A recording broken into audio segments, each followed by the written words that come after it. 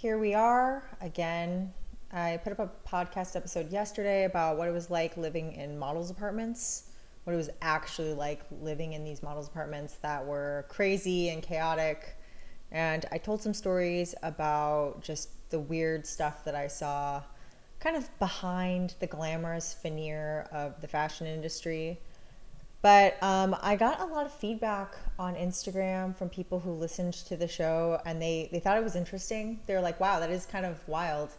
And I realized there are so many stories about the modeling days that people are fascinated by because I guess it's kind of an unconventional thing to have done for so long. I started modeling in 2005 and that's when I became a professional model and was working all over the place. But then it really took off for real in like 2008 when I was living in New York City. And so I have some stories, but I was trying to think of what was some of the like scummiest stuff that I saw as a model, especially back then, because I feel like before social media, people got away with a lot more, especially before the Me Too movement. It was just like the Wild West. And even though there was starting to be a little bit of regulation and changes and stuff, and even with like the body positivity movement coming up around 2010, things were still wild. And so I just want to talk about some of the things that I experienced, of things that I just like, look back and think that would either never fly today or I can't believe that happened. And hopefully it's changed, because part of my life now, I live in Texas now. I moved here last year. I'm not in the thick of it the way that I was. So I did spend all of my 20s in that. So like I saw a lot. But let's get into it. Let's talk about some of the stuff that I saw, some of the horror stories. My mom was actually particularly fascinated by my model's apartment episode because she was like, moms should know this stuff. So maybe that episode will help mothers of aspiring models kind of see what it's all about. And, you know, like I say, hopefully it's changed and it's not like this anymore. But I will never forget when I was in high school, when I first got into modeling, I didn't know what was going to happen. Like I just was kind of like flying by the seat of my pants. And I remember the first discord between the people representing me and me as a 16-year-old was having to get my hair cut. And this is very minor, but they wanted to cut my hair. I have really long hair and they wanted to cut it like bust length. And I didn't see why. So I think I'm just generally kind of a rebel and I have like a lot of resistance in me. Whenever anyone tells me what to do, I don't want to do it. And they wanted to cut my hair for some reason. I guess it was like to look fresher. And honestly, like they were probably right. They probably had a point to like cut it, to make it look a certain way, whatever. Because I just had this long hair. But because it wasn't for a job, like it was just kind of like, hey, we want to cut your hair. I felt like it was an attack. And I remember my 16-year-old self crying. I like left school and was crying and like just, please don't cut my hair. Please don't cut my hair.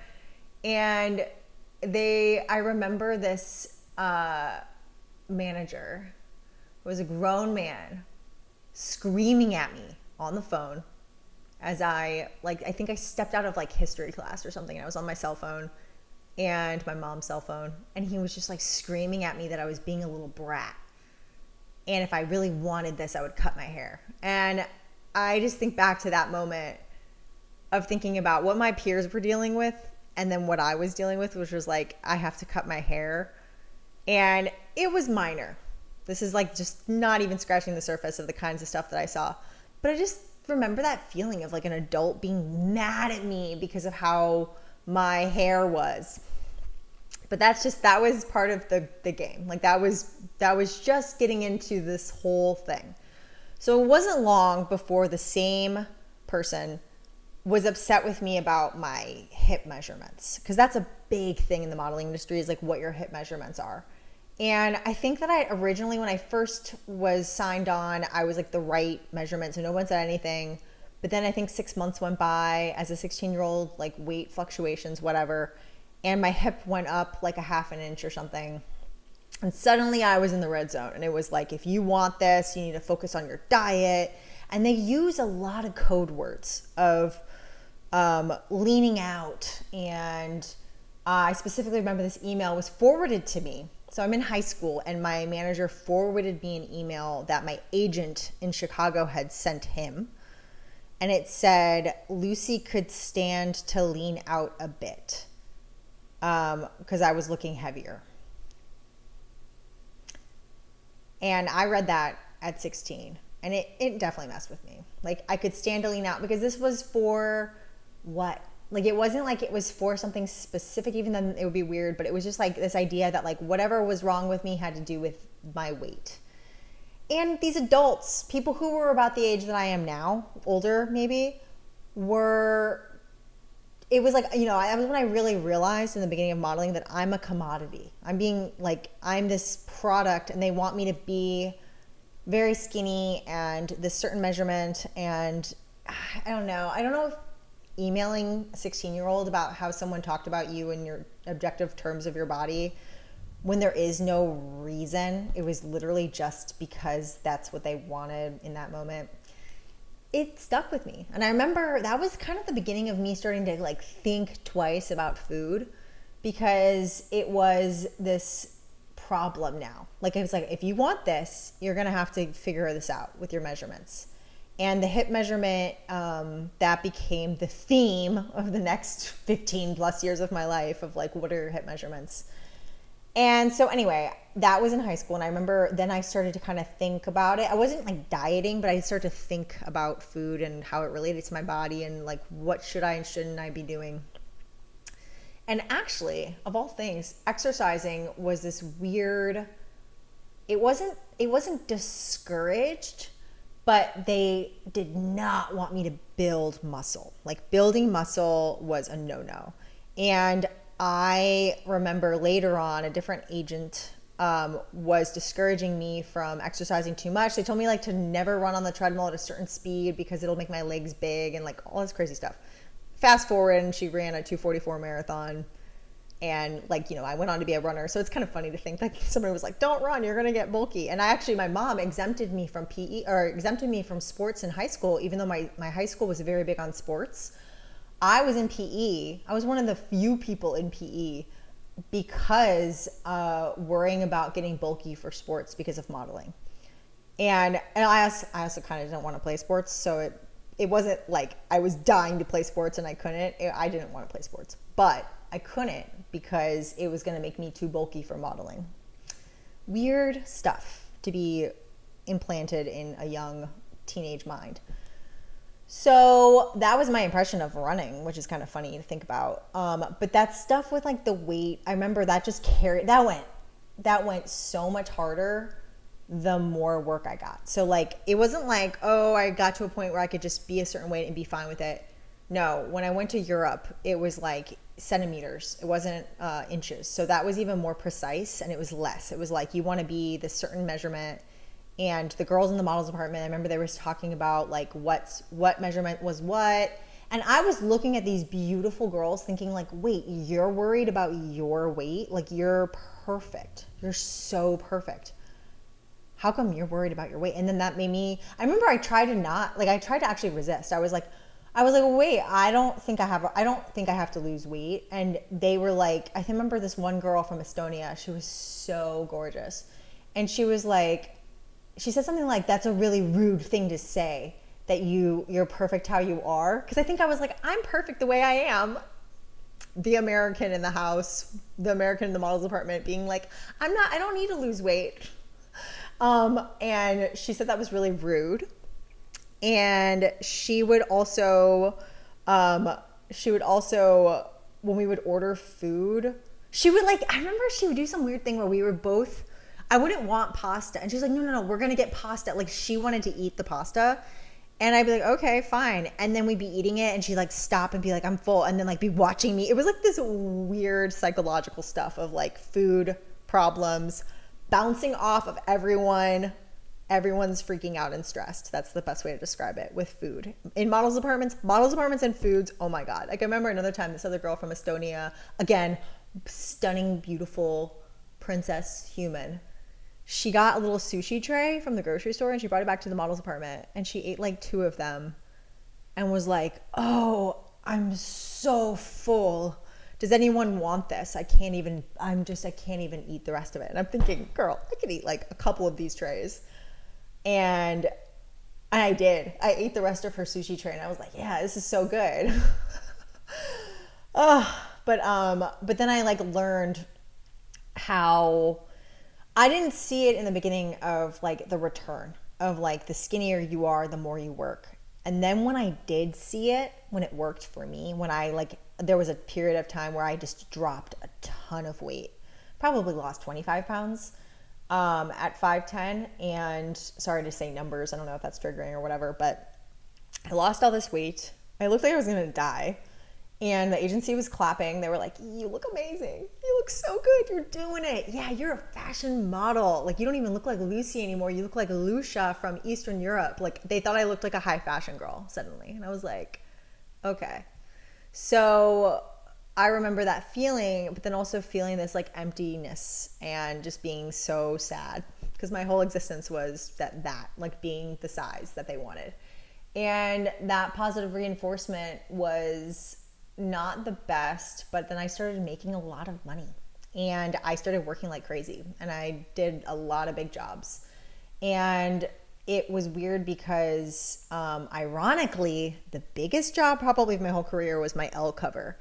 And I was actually heavier than I was for any of the other stuff. Those were like big jobs, but like the L cover, I was over what my supposed to be measurement was. I was over the amount that the agency wanted me to be, but I was on the cover of Elle at that size. So it was kind of an interesting dichotomy of, wait, I got on the cover of Elle at this size of the hip that is not what they want.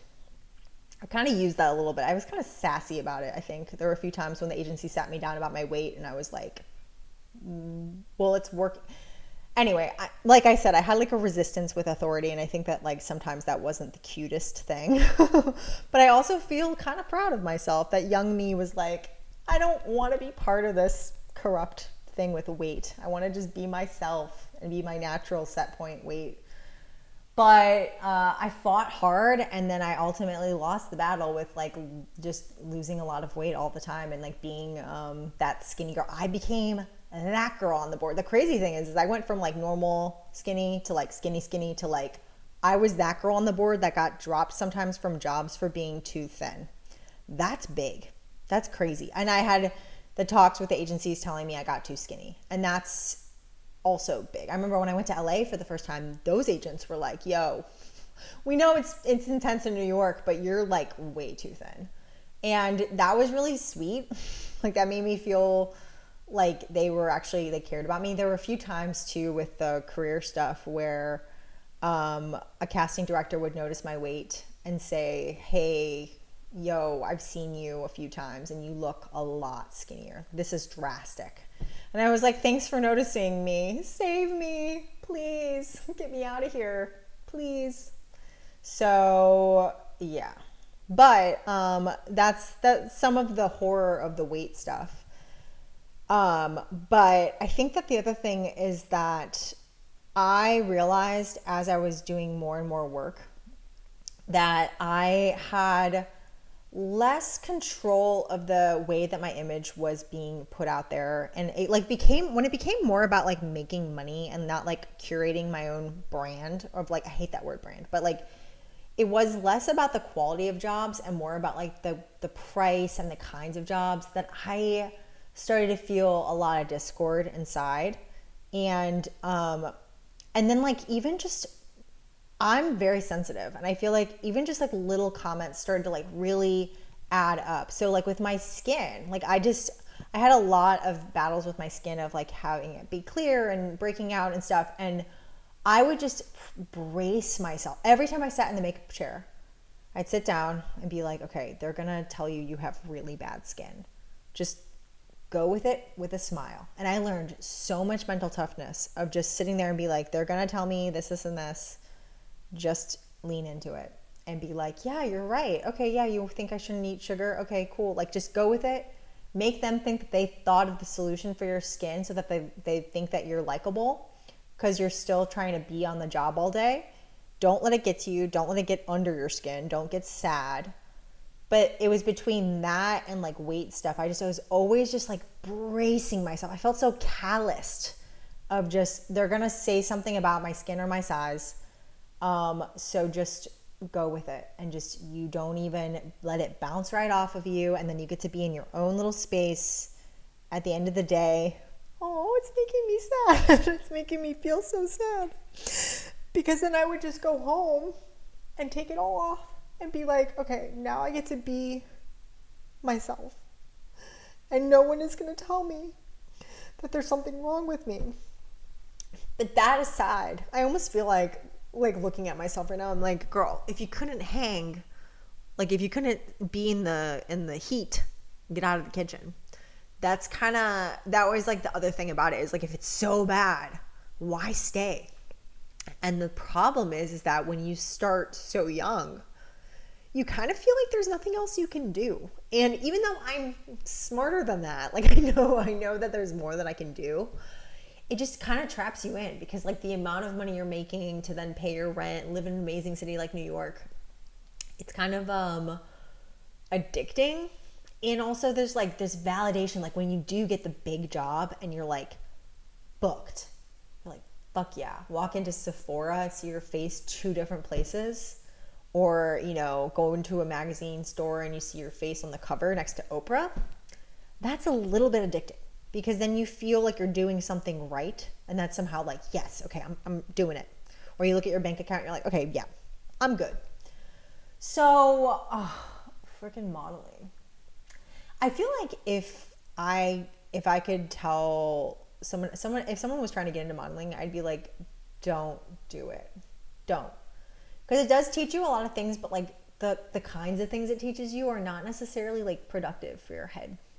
So, yeah, the other like aspect of all these horror stories that I think I should touch on is like the creepy dudes. Because creepy dudes, that should have been the beginning, the opener, but I wanted to save that for the end.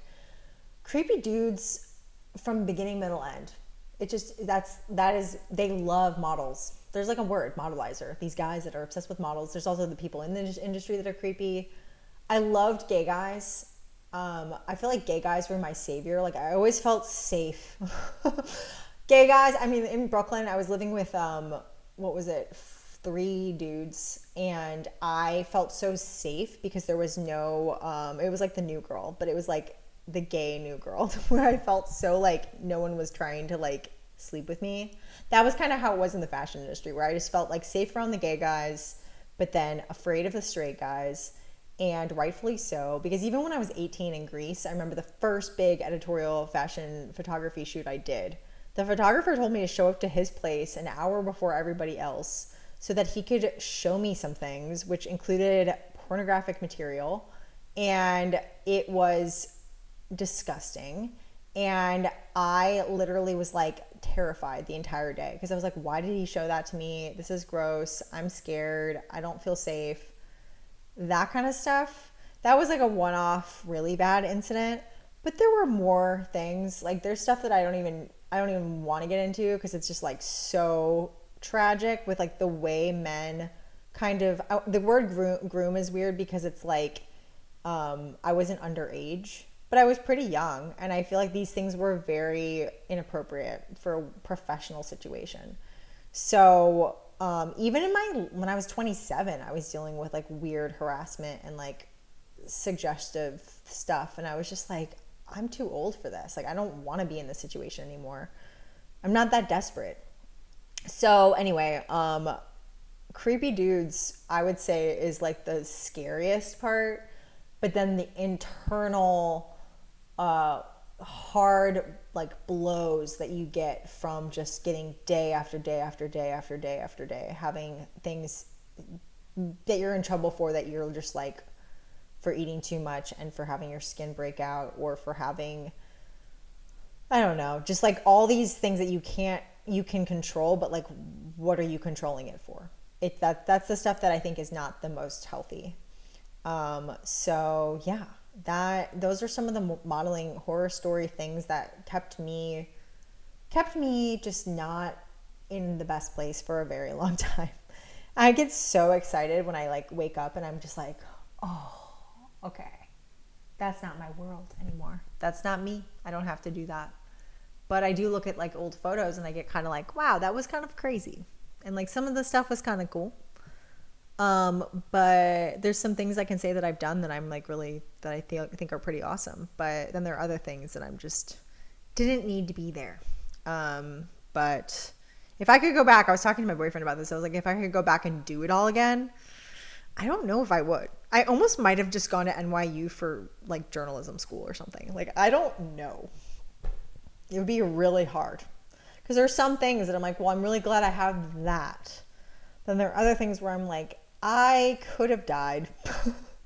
So anyway, that's what I have for today's show. Thanks so much for tuning in. You can find me on Instagram. I'm at Lucie Beatrix, LucieBeatrix. And until next time, just be fast. Just win.